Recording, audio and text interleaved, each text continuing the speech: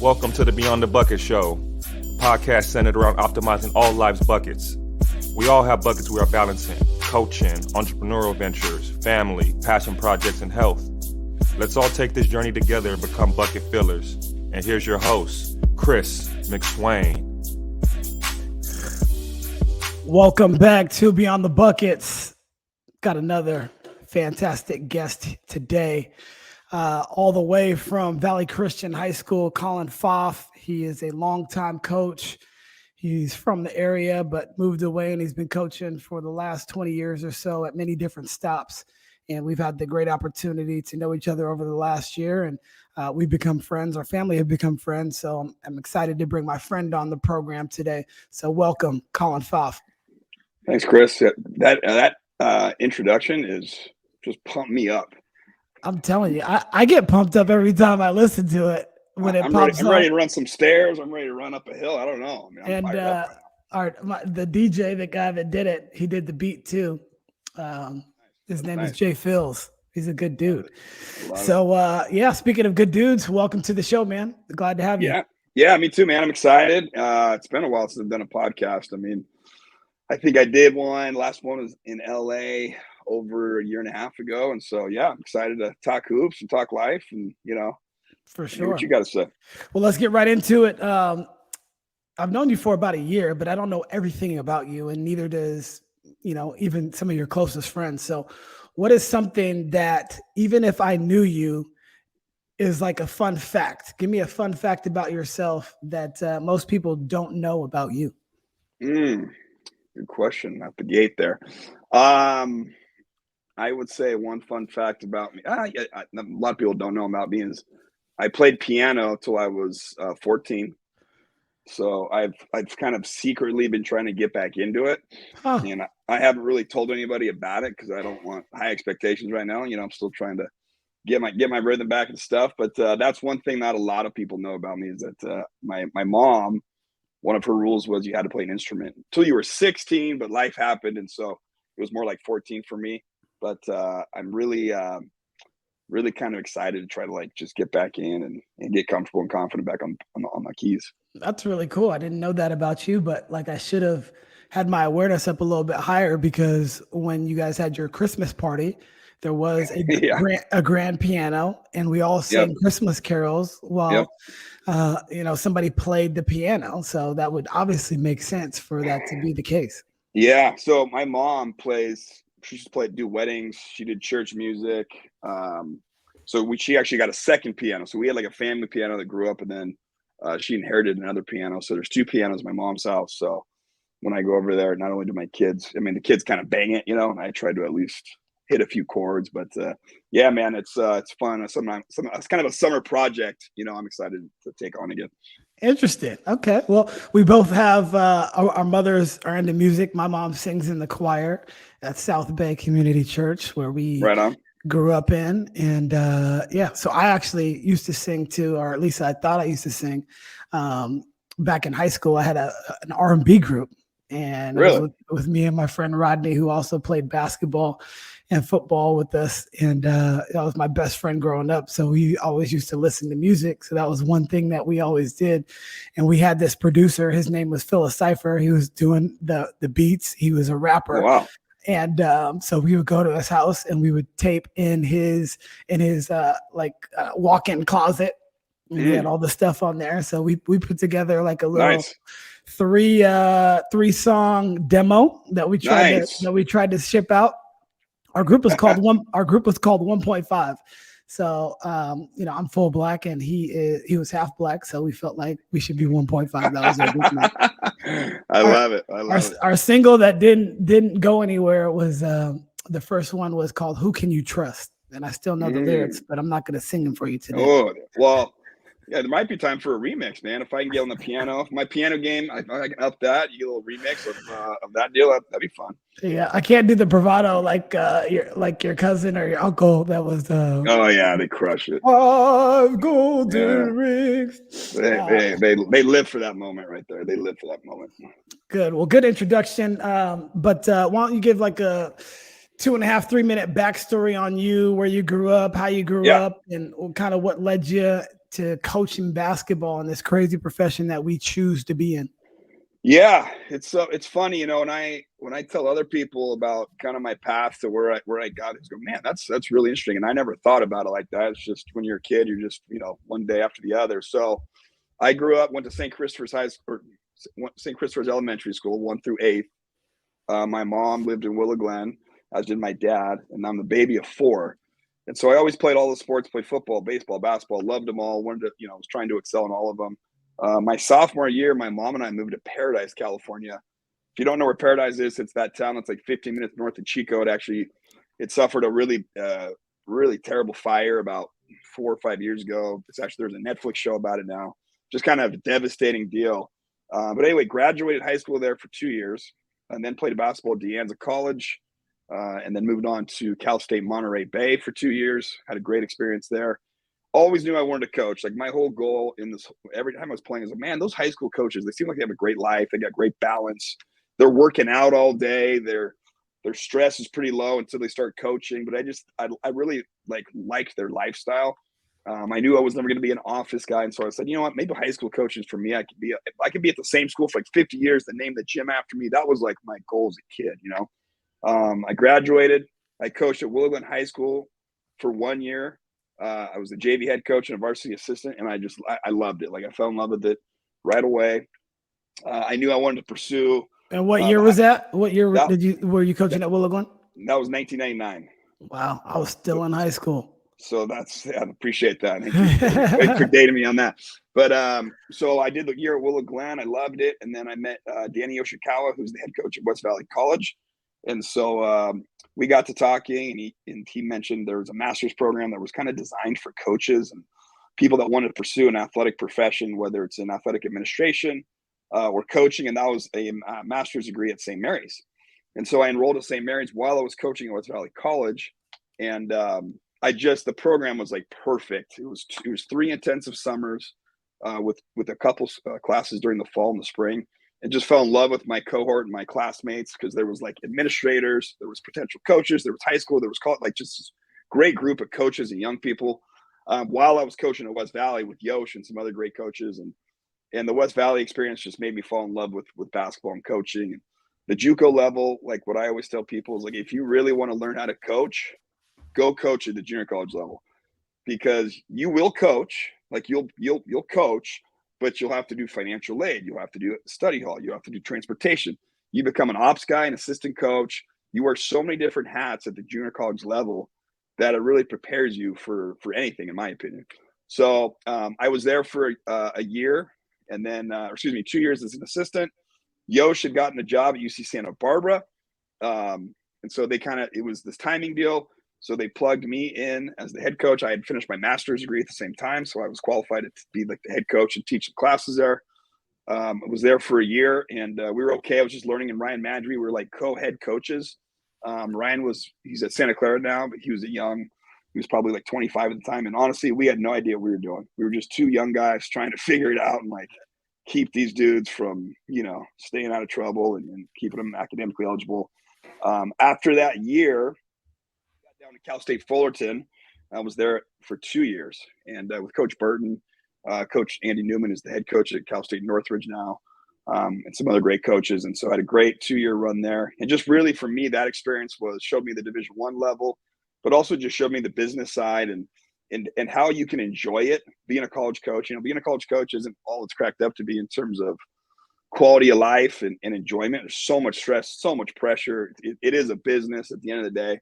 But I want to pause you there before you continue on. Dive into that a little bit. What are the pressures for people that don't really know and understand? Like, I've never really wanted to coach college basketball. Yeah. And the reason is, the work-life balance that you have as a high school basketball coach and just kind of like the synergy of the year works a lot different than it does at the collegiate level. So why don't you touch on that? And then I do want you to continue, with the Fullerton and then moving on to. Yeah. I think, it all depends who you work for, right? And this is where I was saying, like, Coach Burton had it figured out. We weren't meeting at 8 p.m. We weren't in the office from 7 a.m. to 7 p.m. He allowed the staff and the coaches to do their job and then also leave when you needed to leave. Whereas some staff, some coaches, you hear it's all about you got to grind and outwork the other staffs and all that. And, I'm sure there's, it's somewhere in the middle probably, right, is kind of the right antidote, I guess. But, but the pressure and the stresses really come from recruiting. You spend so much time, you invest so much time on a kid. And if you're an assistant coach, right? So Coach Pfaff, hey, this is Coach Pfaff. I'm in your living room, right, Chris? And I'm recruiting CJ. CJ's a high school prospect. And I meet CJ as a sophomore. I come to the house. We're doing this. I'm calling. I'm texting. We're putting in all this time in. And then we don't get CJ. CJ goes somewhere else, right? But we invested 2.5 years, flights, hotels, bringing you guys up, right? And that's part of the business, but it's also that adds pressure to guys, especially if you're a team or a program that's struggling and you're counting on CJ or whoever that recruit is to come in and help you, then you don't get them, right? And that puts on pressure. Then all of a sudden your head coach only has a year left on his contract. And if you don't win X amount of games or make a postseason tournament, there's pressure there, right? And that's when I was coaching, that was Division I. I mean, now it was 8 years ago. And now you talk about NIL and finance and how that whole market is just completely shifted. And so I think the pressure is even probably doubled with all that stuff, For sure. I was lucky because Coach Burton really just was, hey, let's do our job. Let's do the best we can. Let's meet and talk. And then he let everyone do their jobs, and he didn't like overmanage or, he let us do our job, but he also let us enjoy our lives when we needed that, I love that fact that, and Coach Burton is an alumni of the Beyond the Bucket show, but you're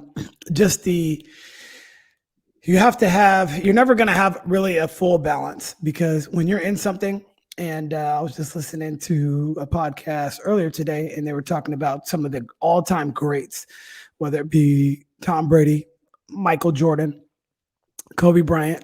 There was really no other alternative, because Tom Brady just recently officially retired, unofficially retired. Yeah, exactly.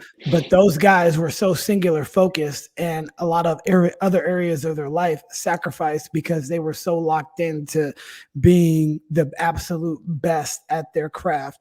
And they were talking about Jokic, who said, what has changed since having a kid? He's like, has your kid made you a better basketball player? And he's like, no. And some people would say, no, I'm now more motivated than ever to, be a good father and make sure that I'm providing for them and stuff like that. So it's just a really good zag to the mentality of, no, we have to do this. We have to do this. We have to do this. And I think the best thing that you can do is just be more efficient with your time. There's a lot of meetings that happen just to meet. And there's a lot of people that are in leadership positions that like to micromanage situations. So to hear that Coach Burton was somebody that kind of let you do your job, I think that is very rewarding. And then, it gave you some autonomy, and it made you feel like the program was yours too.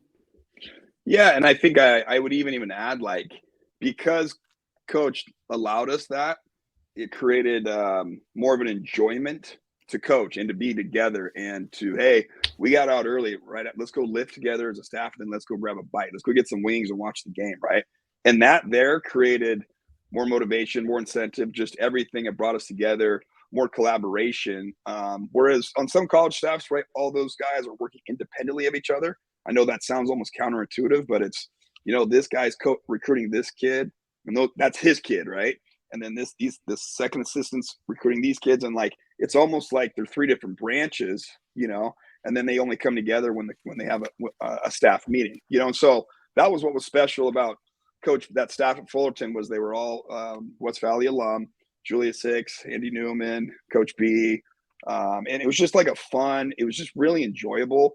And Coach Burton was tough, right? He made us all better as coaches and taught us the ins and outs of the business to the best that he could, and helped us move on to the business or navigate the business, which is extremely tricky. So yeah, it was just, I really think that enjoyment piece, it motivated me more to want to do that and to find that when I became a head coach, how do I hit that balance? For sure. And so after Fullerton, what was the next stop? Yeah. So I did 2 years at Fullerton, and literally, like, somebody asked me, it's funny. Somebody asked me like a week ago, oh, how much did Fullerton pay you? And I started laughing. I said, nothing. That was not a paid position, and that was in 2008. So 2008, I mean, what's that? 15 years ago, not even 15 years ago, not that long ago. And that was an unpaid position. It now is. But so I had to scrap and claw and fight for everything I had. And camp was huge. And so at that point, you're just looking for any paying job, right? Or it's time to get out of the business and take a job that pays. And that's, in my opinion, that's what happens to a lot of young people is they get in, they're not making any money. They go, it's not worth it. And then they get out. And really it's attrition. If you can just stay in longer than the other guy and add value, I think you can get what you need. So anyway, so after Fullerton, University of Portland had a position open. I didn't know anybody there, and it was kind of a Hail Mary. And I just started trying to kind of do what Coach Burton had taught us, is kind of start surrounding the staff, start emailing, start calling, start making sure they know who you are. And Coach Eric Reveneau, who's also a local Bay Area guy, Stanford grad, is currently coaching at Oregon State. Phenomenal person, phenomenal coach and teacher. Rev was the head coach of Portland. They were coming off like a monumental year. And so anyway, Rev hired me and got to coach in the WCC and do that for 6 years. And then after, so our 6th year, as I talked about the pressures and the stress, and I think our last 2 years, they were absolutely filled with it. We're just kind of always looking over our shoulder like, oh man, what can we do? What shouldn't we be doing? And so we got let go. And at that point, you're just kind of in a free fall. You just don't know, especially if you've never been through it. My now wife, Maggie, had just moved to Portland that year. She was working for Nike. And so I had a job open in Los Angeles, Windward School, a little private independent school, about 550 kids. And I went down there and interviewed, and I loved it. And I was lucky enough that they hired me, and I was there for 6 years. And we had a lot of success, and got to coach a lot of great people, a lot of great players, be around a lot of great families. And then when we had the kids, it was time to start looking to come home. And so last year, when Valley got open, we started talking, and now here we are. Wow, quite the journey over the last 20 years plus. And there's just a lot of things that can go on. But one of the things that I've noticed really about you is you've been a very good person when it comes to relationships. And I thought I knew a lot of people. And then I go hang out with you, and you know more people than I do, which is crazy, because I just felt like I knew so many people, whether it be because of the AAU circuit and traveling every single summer for 10 straight years, or just the relationships that you would build with college coaches, or just the friendships that you would build just because of basketball, and some of the things that you talked about with going to have some wings and watching the game with your coaching staff. Those are like moments that you just really enjoy. And I really enjoy those moments where we're talking hoops and everything is kind of evolved around that. But talk about the relational piece with you and how you've been able to craft and build so many positive relationships. And I would say that like our relationship is pretty strong within a short period of time. But when I first started chatting with you last year, before you got hired for the job, it was just instant. It wasn't like, I think we bonded very quickly. So talk to me about the relationship piece.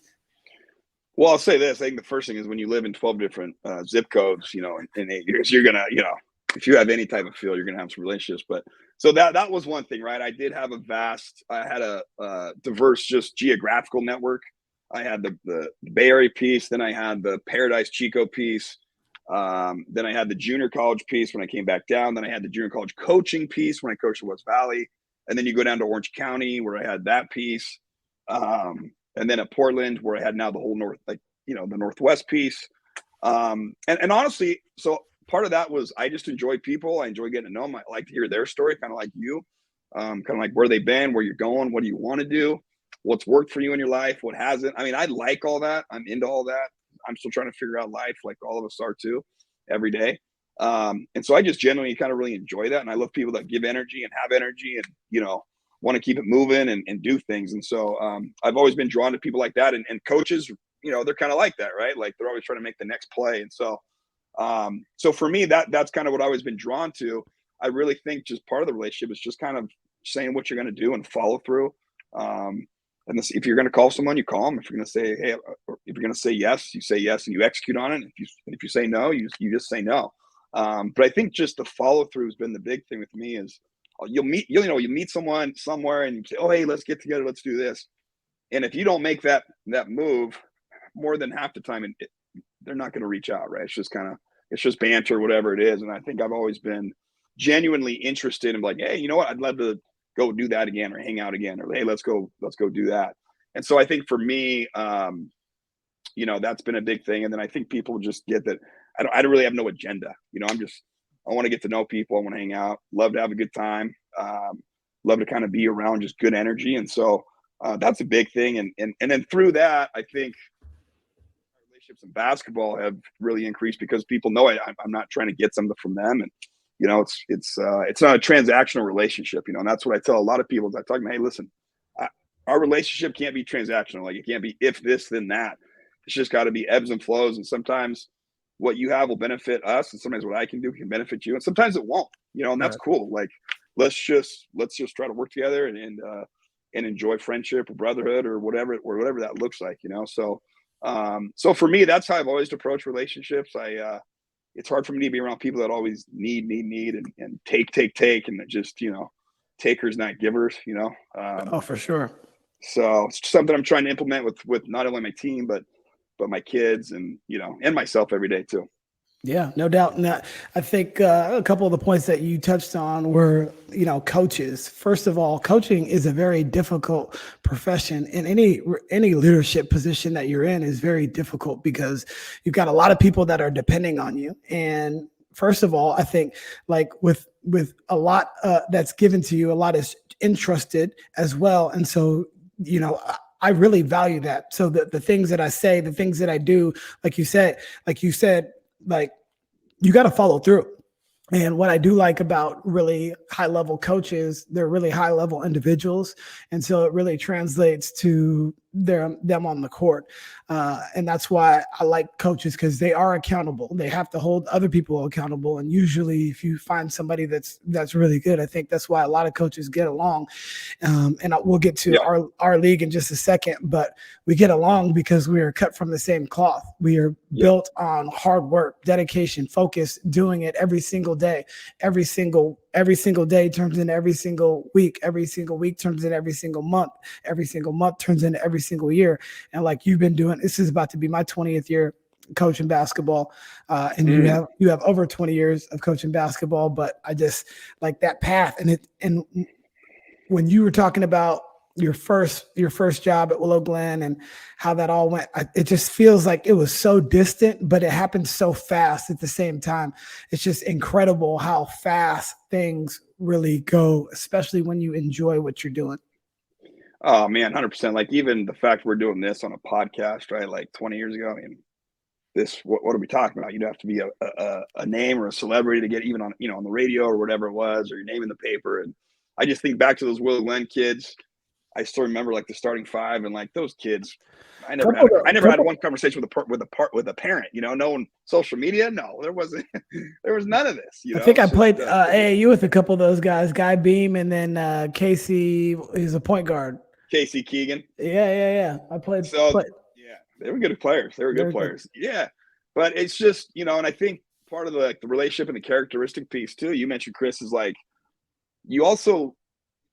Coaching kids like that, right? That execute, that follow through, that want it, that are in it for the right reasons, and also trying to understand that not everyone has those same values or has the same motivation, and that's to me what's really been the kind of the tricky part on coaching is trying to kind of meet them where they're at, right? Because things are so different, right?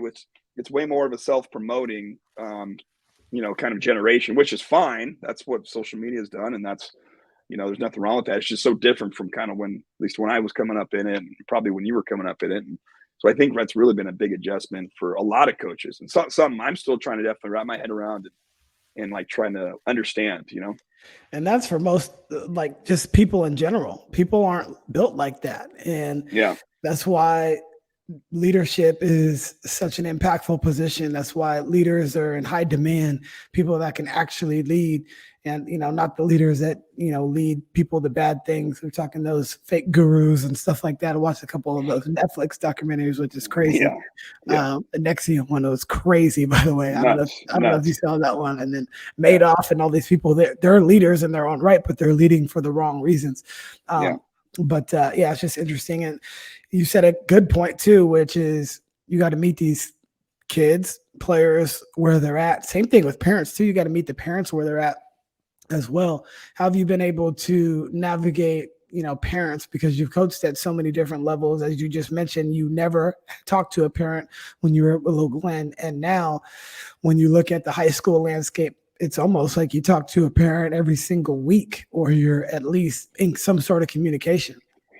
Yeah. Well, I'd love to hear your answer to that question too. I'll just give you my 2 cents, is that it's definitely just part of it now, right? It's like you can't, I think maybe 10 years ago, you could just say, hey, I don't talk to parents. That's my rule. That's my philosophy. I'm not talking to you about playing time. And the reality is this: if the parent wants to talk to you, it's very rarely about something that's not playing time, right? Like, that's what it's about. Why isn't he playing? And so I think, for me, it's just making it very clear along the whole journey, the whole year, whatever it is in your season, that, like, number one, the player understands where he's at and why he's there and what he can do to maybe improve that standing, right? As long as he understands it, then I think with the parent, it makes it a lot easier. What I have uncovered in a parent dialogue is most parents aren't really communicating with their child, at least to the level that they probably need to avoid a phone call with a coach, right? It's kind of like they ask, hey, why aren't you playing, in the car ride home? And the kid be like, I don't know. And so, so that's where that conversation, that dialogue fades with them. And now parent, mom or dad, or whoever it is, uncle or guardian, is upset and they want to call the coach. And it's like, well, hey, listen, I told player A all year, here's where he's at. And so I think that communication is critical. I've heard different coaches have all kinds of different methods and ways of handling parents. And for me, like, I kind of just come as it goes. Like, if you need to talk, let's knock it out. Most times parents just want to be heard, right? And know where you stand. And so for me, that's easy. Because I tell the kids where they're at, and we're not trying to hide anything, and we're 100% transparent with the kids and with the parents. So, I'd love to hear other people's ideas and methodologies with the parents. What do you do, and what have you found that's been successful? It changes and it evolves every single year. And there's really, it's kind of more like no science to it. It's just more like an art and a feel. So, last year we didn't have we didn't have any parent issues really, but we made it very intentional. Right after the preseason, we met with everybody. So their whole, parents, mom and dad, if they had both of them in the picture, and the player and our coaching staff. And it did take time. Like, it took 30 minutes, each one of these chats, but they got an understanding of how we felt about the kid first and foremost. We love your daughter. We think she's an excellent person, and there's a lot of great qualities that you can really put out there. So this is one of the first time that they can actually hear this directly. And so when you hear this about your child, okay, admiration and just gratefulness that your kid is a good kid. And then you also go into the, some of the things that they could work on. But before we even start on all that, is there anything that you guys want to talk about? And you just mentioned it. We just want to listen. So we were just a little bit proactive. We hadn't done that. I think I did that one other year out of 10 here at Valley, but I think it worked out really well. So everybody knew where they stood. They knew that we cared about them, and we were able to just keep it moving. But it was just listening first. And sometimes those things are really hard to hear. Like, sometimes these things are hard to hear.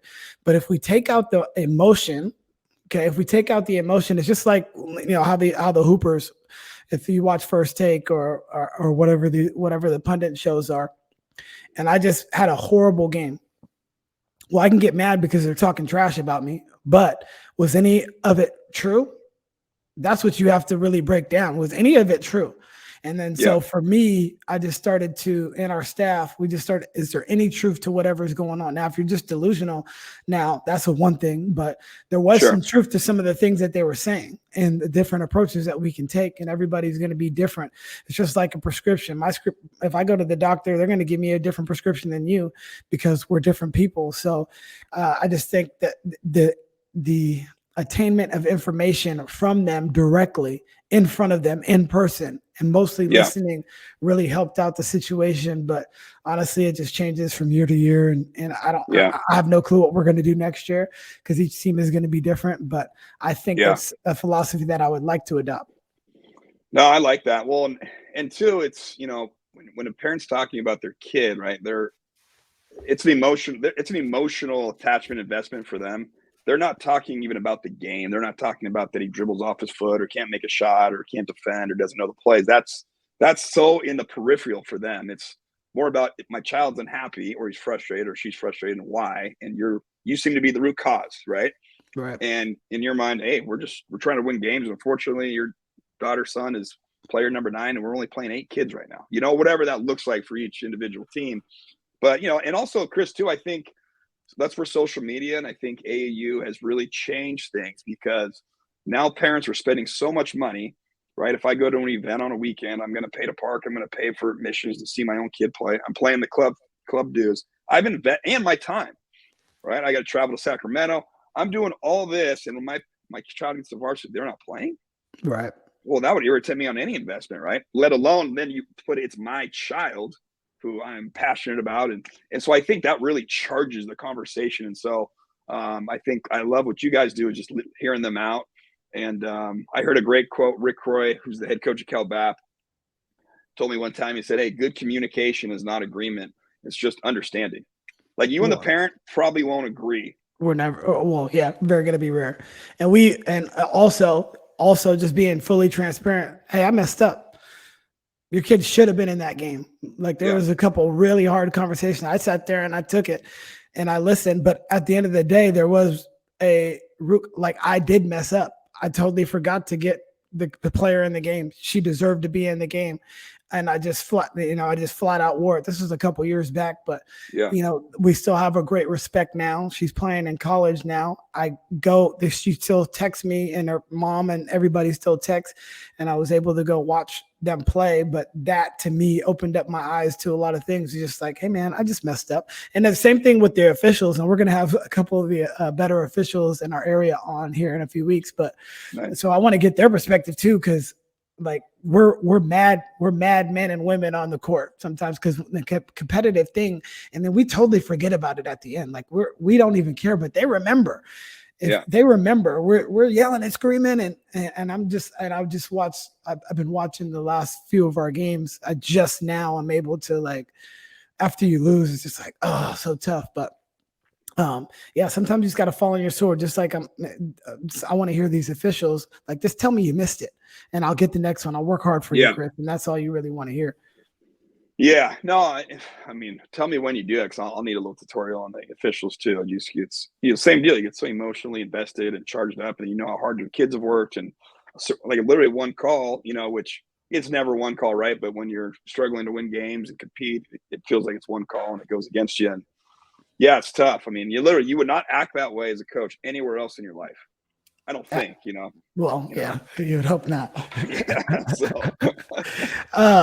So switching just a little bit, you're one of the most prepared coaches that I've been around, and I've been around quite a few over, whether it be playing or coaching. You're very detailed and prepared. Your X's and O's are on point. What do you attribute that to? Yeah, it's a good question. I'm not naturally like a detailed person, I'm like a feel, like I'm not a numbers person or an analytics guy a lot. I mean, I definitely like them and respect them and understand them, but I don't base all my decisions off of them. I'm definitely more of a feel guy. And so what was so great about working for so many different coaches was to get to see everyone's different approach. Coach Burton was a feel guy. He was a guy who was going to just motivate, push, challenge you, and you were going to rise to the occasion. So that was like emotional and a mental, psychological kind of coaching. Coach Reveno is the most prepared one of the most organized human beings I've ever been around. And I mean that administratively, coaching, even in a different sector, he would be them. He is unbelievable. And so he always had a plan. He always had a binder for this and a tab on that. And I was like, holy smokes, like, I don't know what I'm doing at all. Right. And so I learned so much from Coach Reveno on that preparation piece. As an assistant coach, at the collegiate level, typically what happens is, let's see, in the WCC, since everyone's familiar with that, like my scout would be Gonzaga, USF, and say Pepperdine. Those were my 3 scouts, right? So I am in charge of every single play, every out of bounds play, every player personnel tendency, who we're going to foul late in the game. All that stuff I've got to know, and I'm in charge of walking the team through those plays and preparing them for like the 2 days prior. And so that really helped me prepare and understand the value of preparing, right? If the kids are confident on what to do in the game, that helps everything, right? They're not surprised, they're not taken aback when they run, the little T game or flex action. You're yelling it out as the assistant on the bench, and they guard it, and and all of a sudden it's like boom, boom, it's second nature. They're not thinking anymore. And so for me, that's been the big thing. Is I want them overly prepared, and so they're not thinking, they're not worried, they're not surprised. That they've got everything covered. So that's really just kind of a culmination of like the guys that I've worked for and have been around. Everyone has a different little flavor on it, which is cool. And I've kind of cherry picked what I've liked and what I didn't like, and I'm still trying to morph it and evolve it to like more player friendly. Like I'm having a hard time getting it to, sound bites. Even my stuff's a little long. Like I'm going 20 minutes in a film room. I'm like, it's too long. It's got to be like 5 minutes, So I'm still trying to get there too and adjust and evolve and get better at it. But I mean, I was going to tell you, you're like, when I got here, I was having coffee with Yosh, who's now back at West Valley College, yesterday. And I told him, I was like, man, this guy explains like ultra organized, And so I was really impressed with your database, your Excel sheets on your plays, your drills and all that stuff. So I'd love to ask you kind of is that just you, or did you learn that? I think it was instilled in me at a young age, because my mom was very, I had to make my bed every single day, even as a kid. And that's something that we do right now. So Maxine's very good at making her bed every single morning. It's got to be perfect. Now, CJ just gets it done, but Maxine is like, I got to have this perfect everything. And that's kind of how I was growing up. I was like, I'm a neat freak. And if you come into my house or move something, I automatically know. My awareness has always been very, very high. And then I used to work for Ron Felice. I was still coaching, but at Felice Insurance. And I was in sales, so I'd deal with all these spreadsheets every single day and then go coach basketball too. So I had some flexibility, but I just learned how to just organize stuff. And then you were trying to get more companies to join with our firm. Yep. And so you would keep track of everything. You would keep track of all this stuff. Okay, I got to follow up on this lead, and I got to call this person. I got to email this person. So I think it was embedded at me at a young age, and that was just kind of in me. But then it just kind of habituated into, when I was an adult, and then that was just the norm. So I just started putting together all these spreadsheets and stuff like that, because spreadsheets just made it very easy for me, and I've been very good at them. So just putting stuff out there just makes sense to me in that way. Well, and that's, you get spoiled a little bit. That's why I was my earlier comment about coaching junior college. Like, it literally will prepare you for everything, because you have to use spreadsheets. You have to fill up your own water bottles as an assistant coach. You don't have a manager. You don't have a score. Like, you literally have to cover everything, and you don't have a budget to do a lot of that stuff, right? Whereas in Division I, you have Synergy, you have KenPom, you have all this access because of your money and your budget to buy all the stuff that does a lot of the stuff you're doing, Chris, for you. And so that's one thing that I've been a little spoiled with, is just like, oh yeah, we need to buy the Fast Scout, yeah, whatever it is, $200, sure, done. We got a subscription for the year where we can literally, kind of type in. It's automated drawing play, for the basketball plays. But anyway, so stuff like that, whereas like you didn't have to be as organized on your own. Is kind of my point. So anyway, yeah, I'm kind of getting back into that mode now. Like, oh yeah, I got to like self-organize and Google Drive and all that stuff. My Google Drive is like full, and I think also owning a business. So I started Top Flight in 2010, but from the very beginning, I just had to research everything. How do you do this? How do you do this? How do you do this? And then I just started to know. And now we have a lot more personnel, and I don't have to do all those same things, but you just get a system in place. And that's what everything is about. It's about a system, whether that be basketball. What is the best system that we can run with this personnel? Whether it be business, what is the best system to make sure that we increase clientele and, maximize our revenue? If it's a relationship, what is the best system for us to be able to communicate effectively so we can go through our day-to-day? Everything is really a system, and also a pattern too. So you can identify, you've seen so much basketball, you can see the ball coming up, the right slot, and you can see where everybody's pictured, and you can, pin down, and you can start yelling that right away. And so that's that system, that's recognition of things that you've already seen in your past. And then, it's just overall knowledge. So that's really it. And, and I would be remiss to say that we all have great people around us to really support us, to put things in perspective and help us out. You were talking to my assistant coach earlier today. He does a great job, and I know you love your assistant coaches too. Without them, the whole system wouldn't even work. Right. No, that's everything too. And I think being around people that are like-minded and in line with what you're passionate about, especially as kind of the caretaker of the program, like how do we get people that have the same vision and are going to help and push the kids the same way and be in it for the right reasons too. And that's what I love about my staff is like everyone's in it for the kids. They have no agenda. They're not there to squeeze dollars at, like, it's literally they are there to coach, compete, help kids develop, help kids enjoy. And so it's really been that part's really been enjoyable. By the way, I was just going to comment on that Google share thing. At some point I may need to show me how to get to my cloud. I people keep talking about this cloud thing, and I can't find it, dude. I got a new iPhone. I can't find this cloud. So I could pull up everything on my cell phone right now. So this is a topic that a lot of people want to know. But so you've coached at every single level, youth level. I mean, your kid's playing at the youth level right now, so you can see that directly. You have coached the JV high school level, the varsity high school level, the junior college level as a assistant and a head coach. And then also, as the only thing that you haven't done would be a head college coach, but you had so many years of experience. You got 8 years experience as a college coach. What is it about recruiting? What do parents need to know? When do they need to know it by? And just give me a little breakdown about that, because there's a lot of misnomers out there and so many people want to get this goal. Well, most of you are not going to attain that goal of playing college basketball at any level. It is going to be very, very difficult. But somebody that has seen it at multiple levels, discuss and break that down for everybody. Yeah.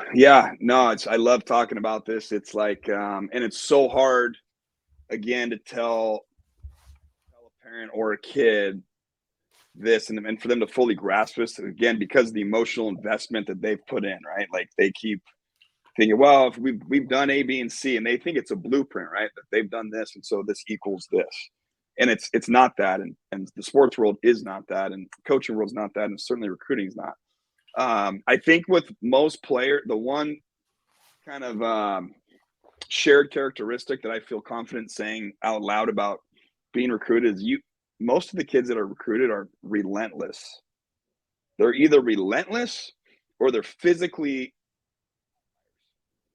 And so everybody says they want to play college basketball. Every senior, every junior, I want to play college basketball, but they're not relentless, right? They're going on vacations. They're okay with missing practice, or, they think they're doing everything right, but they're not. And so that's one thing I would say, just from a characteristic, is just people, the kids that really want to play, kids that I've been around, just absolutely relentless, whether it's they're calling about gym time and eat workouts and this and that and this and that, and emailing you, hey, I really want to come to your school. I'll walk on, I'll pay me on. Like, the relentlessness of just the athlete, I think itself is just one characteristic I've always been like, man, that kid's going to be hard to say no to. And he's going to have success, whether it's in basketball or whether it's after basketball. But I think just the parent kind of education and even the player education thing is this, right? It's just, for some reason, everywhere else in our lives, we go by statistics, right? It's their scoring, their assists, their rebounds. But when it comes to the stats on your kids being recruited, nobody seems to pay any attention to it, right? So there's 20,000 high school senior boys. This is like 8 years ago. So it's probably more now. It's probably 30,000 high school seniors in the States. And so 1% of those guys is going to get a Division I scholarship. 1%. Not a numbers guy. I don't even know what that equates to, but it's not big. And now with the transfer portal, with the international influx of athletes, with the junior college, with all this other stuff going on, that percentage, I have to imagine it's gotten lower. And so what I always tell parents is this, because what I found initially when I got to coaching high school, especially at Windward, where there's a lot of college players, is I sounded really negative, and I think parents took it as I didn't believe in their kid, which was not true. I was just really trying to be realistic and transparent about how hard the journey really is. And so the one thing I always tell parents is, hey, everyone's got to run your own race. So I've had kids that got offered by UCLA as freshmen, and I've had a kid who literally got his first offer at the Damien High School tournament, January 4th, his senior year. And that was his only Division I offer his whole career. So it's such a different deal for each kid. And I think the best way that for me that I'm comfortable with it, as you know, Chris, I'm into real estate. And that's the other thing people don't know about me is I'm kind of very small time real estate investing and out of the state, of course, but I love real estate and learning about it and trying to figure it out. But I compare it to the real estate market. So if I wanted to put my house for sale, and I put my house up for sale for $1 million, but the highest offer I get is for $700,000. Whether I like it or not, that's what my house is worth on the market, right? And so I compare myself, or us coaches, we're like the real estate agents. We can't manipulate the market. We can't make that house be worth $1 million. We can facilitate. We can have the best open houses. We can try to get the coaches to the gym, right? That'd be like getting potential buyers to your open house. That's what it's like. And until someone gives you that offer that you're looking for, right? That's what your house is worth. Or in the basketball terms, that's what level you are placed at. So if that's Division II, and there ain't no shame in that. That's incredible. That's great. If it's Division III, if it's NAI, if it's whatever it is, that's, to me, that's how I explain it to parents. And I think that's landed well with parents, especially in LA and Silicon Valley with real estate. Everyone's highly aware of it and sensitive about it, right? But it's, we try to tell them, hey, we're going to do everything we can to try to get your son, in my case, the exposure he needs so that the coaches can basically assess and evaluate and appraise him, right? It's kind of what it is. So that's kind of been working for me the last 5 or 6 years, just talking about recruiting and parents. That's one of the best ways I've heard it broken down. And you started off with it very simple, is we look at numbers and we look at stats and everything else, but we don't look at the stats when it comes to the opportunities that arise for players to continue their continually play collegiate basketball or get the opportunity to. And the other fact about that is, and we did a recruiting seminar several years back, and one of the graphics that we have on this, we still have it, I can send it to you, but it's where all the colleges are in the United States. And so on the West Coast, there's little dots for Division I, hardly any Division IIs on the West Coast, hardly. Pac West, I believe, and there's the CC2A. C2A, yeah. But there's not that many of them. And then Division IIIs, there's a lot more, especially down in Southern California and in the Pacific Northwest. But all those schools are on the East Coast, right, in the Midwest and the East Coast. So they're not anywhere close to being here. And with the rate of transfers that are continually going on right here, right now, the transfer portal is going up every single year. They are not going to recruit a kid out here on the West Coast to come to the Midwest or the East Coast where the weather is not the way it is. It's just not. And give them an opportunity because they know they're going to be gone in 1 year. So I'm going to recruit closer to home because I know they know about this bad weather. I know that they know about, just be like, if you haven't lived in bad weather, especially when you live in California, when you go to bad weather, it's like, oof. I remember you lived in Oregon, I lived in Oregon too. When I went up there, I was like, oof, I don't like this. Yeah, I don't like this. So that's why I recruited California. Very valid points on that, and I'm definitely going to steal that. But that's another reason why I really like doing this, is because we've had lots of conversations on a weekly basis for sure, but I never got that insight, and I'm for sure stealing that. That's a very practical way to look at that. Do you look at statistics? Do you believe in statistics? Well, the statistics say that you are not going to be able to do this.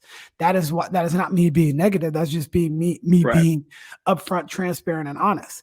And secondly, it's about the market that you can create, the value that you can add.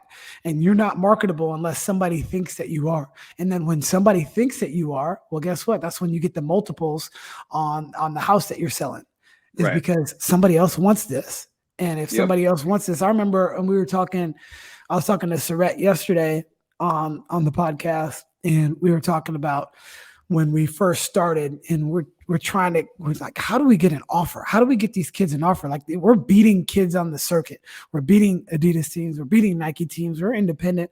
And we've got this kid, Logan Johnson, that is amazing. How is he not getting recruited? He's like you said, he was relentless. He had really great athleticism, but not the best size. He's 6'2", but he had really long arms, which really helps him at a 6'7", 6'8" wingspan. Yep. But how do we get this kid recruited? Well, we needed one person to do it, and that's your guy from UCLA right now, who is with Cincinnati. I forget his name. Cronin? Yeah, no, his assistant. Oh, Savino, Darren Savino.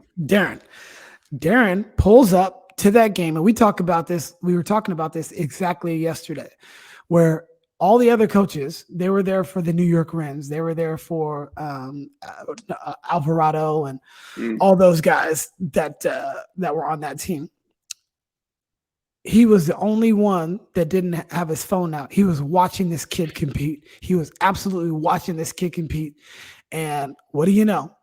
He finally gets this offer. What happens after that? More offers come. Miami, UCLA, all the California schools. But they were one of the first people to actually put it out there.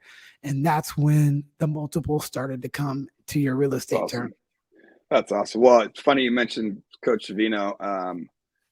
When him and Coach Cronin got to UCLA, we happened to have a couple kids, 5-star kids that obviously were recruitable. And I spent about a good year with Coach Savino, just in and out and talking on the phone. And first of all, he's just such a professional. But secondly, like an incredible evaluator. And it's funny you mentioned the no phone thing, because you're right. So many coaches get caught in so many gyms, so many games, and it's so easy to grab your phone and look down and miss exactly what you need to see. Right? You just go, oh, the kid's too. You've already pigeonholed. When I tell parents, like, listen, these coaches are watching so many games. Do you really think they're critically focused watching every single game? No. If they're evaluating you, probably a little bit more. But if they're just recruiting you, there's a difference. Evaluating you is, hey, we're trying to figure out if he's good enough and if it's a good fit, right? Recruiting you is, hey, we're here to support. We want you. Here's our shirt. See us in the crowd. This is us. We're just recruiting you, but so many times guys will recruit guys without really evaluating. And I think Coach Savino is just a high level evaluator. So it's funny you mentioned that, but and I think that's the other thing for kids to understand, that stats. And that's where you mentioned the Logan thing. It's like, that's the relentless piece, is you have to understand that and hopefully let that drive you. Like, you are going to be the 1%, and what does a 1%er look like? What does it look like in society? What does he look like in the athletic space? What's it look like in the high school space? And it's different, it's definitely different for these kids. I mean, and on the other end of the spectrum, you mentioned the geographical piece. My second year, I can't remember now, Windward, we had 2 freshmen that turned into 5-star prospects, and everybody in the country was calling. Everybody from the East, everybody, ACC to Pac-12. And after a year, what happens is the East Coast guys go, hey, we're not going to recruit him anymore. Really? Why not? They're not coming here. They're SoCal guys. Why would they come here? So again, you talk about investment. They don't want to invest, take the time. They got to fly West Coast, East Coast, see the kid once or twice a year, right? When there are the West Coast schools that are going to be after these kids really, really hard. And so, it kind of works on both ways. Like those East Coast schools, yeah, it's a lot for them to recruit West Coast schools. It's a lot. It's travel. It's the weather deal. It's all that stuff. I even experienced that at University of Portland. We didn't know if we should recruit Southern California. Are SoCal kids really going to connect to the city and the weather deal? Or if Pepperdine's offering, why would they, they want to go to Malibu? What's wrong with them? Who doesn't want to go to Malibu, Right. So there's so many different things, and you can overthink it for sure as a coaching staff, but you have to decide as a Division I coaching staff how you're going to attack this thing. You can't just wing it. You got to have a strategic plan and then execute on it. No doubt. You talked a little bit, your real estate play, and you talked about doing real estate as well. So talk about some of the things that you like to do off of the court. So many times people just look at us as one thing, but we are multifaceted, and we do multiple things. It's not just this. It's not just coaching basketball. And that's one of the reasons why I really like doing this podcast, because we barely talked about basketball. We did talk about basketball, but there's just so many other things. So talk about some of the things that you have going on. Yeah. Well, I'm trying to get more going on, obviously. Just, I've been really lucky to surround myself with a group of friends, just kind of like I call them my neighborhood guys, the guys I grew up with, basically, who have had a lot of different success in a lot of different sectors. And so I always try to learn and kind of pick from them how to improve. And so as a coach, especially as a college coach, you honestly feel like you have no time for anything else. As a high school coach, which is where I love this level, is you have time for other things. Number one, your family and your kids. But number two, some outside things that you might be interested in, right? And so I never thought I'd get into real estate. Never had the money for it, number one. Never knew anything about it. I bought a home in Portland when I was coaching up there, and I had no idea what I was doing with it. I just bought it. I lived in it. And then the real estate agent a couple years later goes, "Hey, man, there's a lot of money in that house." I'm like, "What?" So anyway, he kind of coaches me through this thing. And I just fell in love with like the whole thought of you can buy something, you can be in it, or you can provide housing for somebody else, right? Kind of like a service. And then it could benefit everybody, right? And I didn't feel like there's some businesses where it feels kind of, feels a little like sleazy or whatever. And that just never felt sleazy to me, where it benefited everybody, And so I just try to teach myself and pick other people's brains and other experts on like, how do I do this? And how do I do it again? How do I do it again? And so through friends and through my network, I was able to buy a couple of places in Oklahoma City, and I've had them for like 10 years. And it's obviously helpful for trying to live in Northern California. Still got a long way to go, but so that's one thing I love to learn about. And that's always changing and evolving, just like the hoop game is the real estate market. And so that's a big thing. I mean, honestly, you've seen us as a family. We like hanging out. We like being outside. We love playing with the kids. That's big. And, again, that was something I never thought as a college coach, again, like family, like that seems so distant. It's all about, can I become a Division I head coach? And I think that really shifted my whole perspective and my focus once got married and had the kids. I was like, oh man, I got to make sure I do right by these guys, and show them the right way and be a great example for them. And so that's really where my shift is focused, is obviously it's hoops, and it's Valley Christian basketball, and it's helping my kids in my program. But it's also becoming just like a better person, a better husband, a better father, and just keep growing, and how do I become a better, kind of provider, for myself, for my kids, and just leave something, obviously money's not everything, but it's nice to set people up. Hopefully that's the goal, right? Is like still trying to learn and figure it out, is try to set them up for, number one, to show them how to do it. And then hopefully, let them be successful at trying it. And also, and I failed at it a bunch of times too. Like I made some dumb decisions too. So that part's not as fun, but it definitely growing pains, No doubt. So you spoke on the Valley Christian piece briefly, but just finished your first year. I would say that it was a good season. It was a successful season, and got some league wins and some really, you were competitive. And darn near every single one of those games. And so tell me, what's the forecast for the future here at Valley, and what do you plan to do, and how do you plan to do it? Yeah, I'm excited. I think, I think everyone wins and losses, where I'm measuring like, where did we move the culture? Where did we move the people, right? Did we connect? That was the big thing, was creating a healthy competitive experience, and I think we were successful in that. We had our hiccups, of course, like any program any year, but that was the main thing. It was just stabilization, just stabilizing the program. And so I'm excited about